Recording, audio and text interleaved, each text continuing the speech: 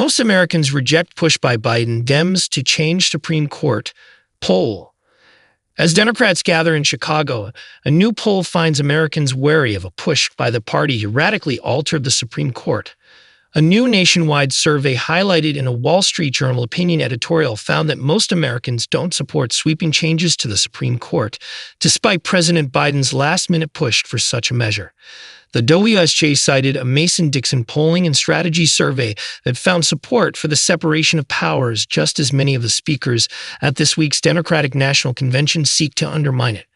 President Biden, after abruptly leaving the presidential race a month ago, endorsed legislation that would impose term limits for justices, among other things that would drastically alter the makeup of the High Court. His plan is also of questionable constitutionality.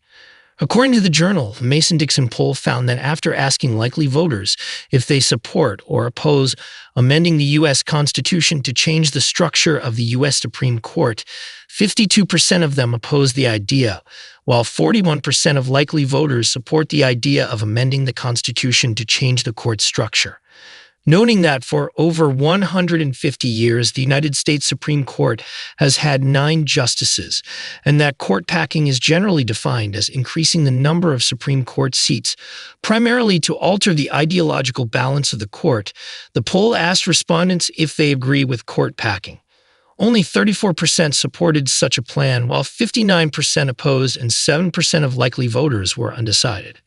The poll also found that an overwhelming number of voters supported this statement. Plans to expand the membership of the U.S. Supreme Court are primarily motivated by political objectives.